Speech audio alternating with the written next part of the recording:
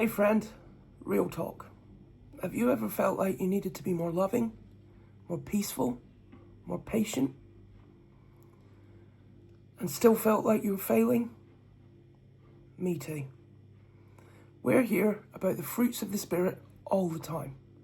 But let's be honest, most of us are forcing the fruit instead of letting it flow. Today, I want to shift your perspective on Galatians 5. Because this isn't about behaviour modification, it's about spirit transformation. And I'm going to show you how I stopped faking the fruit and actually started living it. Here's what no one told me.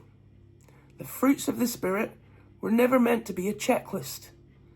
But growing up in church, or even just trying to be a good Christian, you start to think, I need to be more joyful.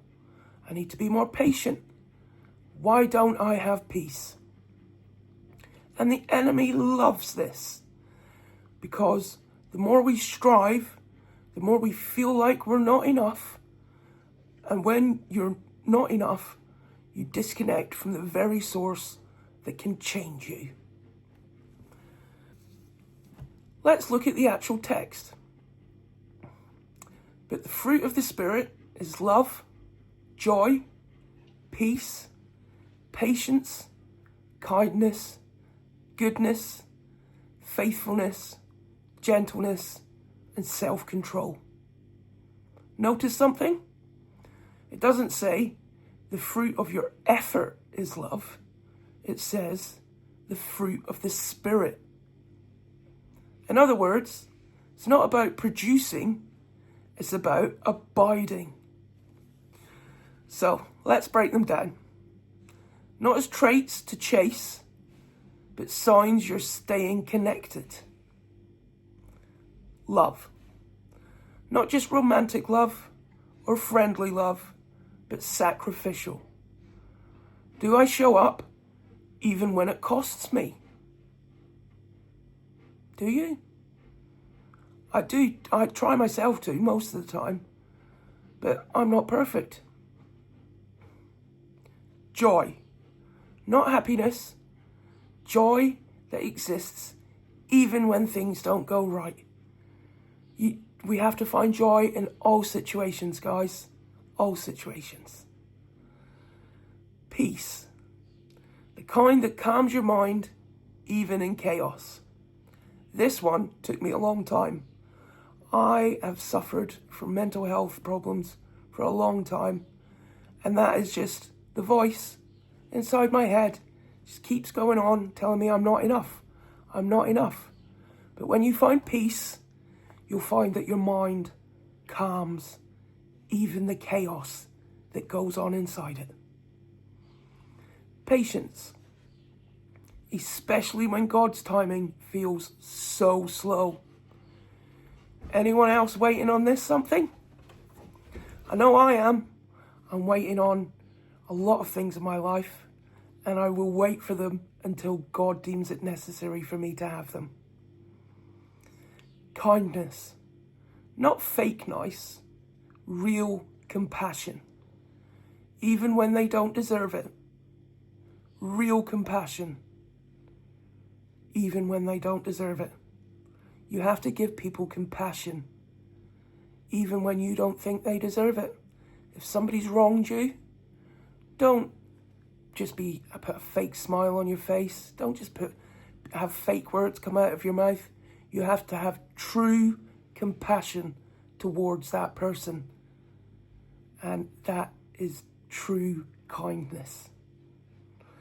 Goodness. Living in integrity, even when no one sees it. So even when nobody sees your integrity, you still have to show your goodness. You still have to be good. You don't have to show your goodness for other people to see. True goodness comes from keeping your integrity even when no one sees it. Faithfulness. Staying consistent in your yes, especially to God. Faithfulness. My faithfulness just recently has been staying consistent with my yes to God that I will stop using cannabis. And I have. I've stopped, I've been consistent, and that is showing my true faithfulness to God. Gentleness is power under control. Speaking truth with softness. So you have to be gentle. So if you have a power, you need to keep it under control. That's true gentleness. You don't have to exert yourself over somebody to show your power. True gentleness comes from having a power and keeping it under control. It's from speaking truth with softness. If you've had an argument with somebody and you don't agree with what they've said, you don't have to raise your voice. You don't have to become angry with them.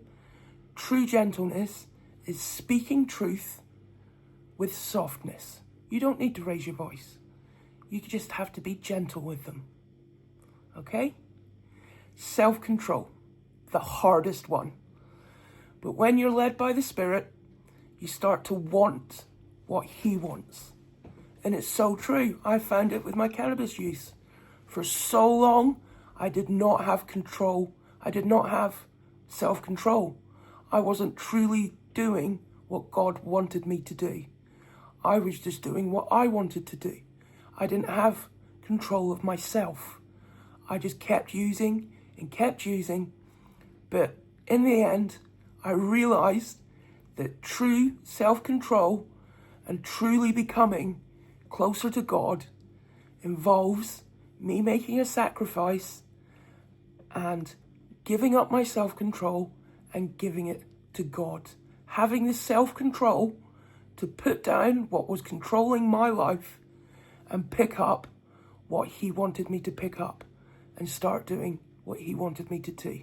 That's true self-control, is when you can not have another drink, not use another drug.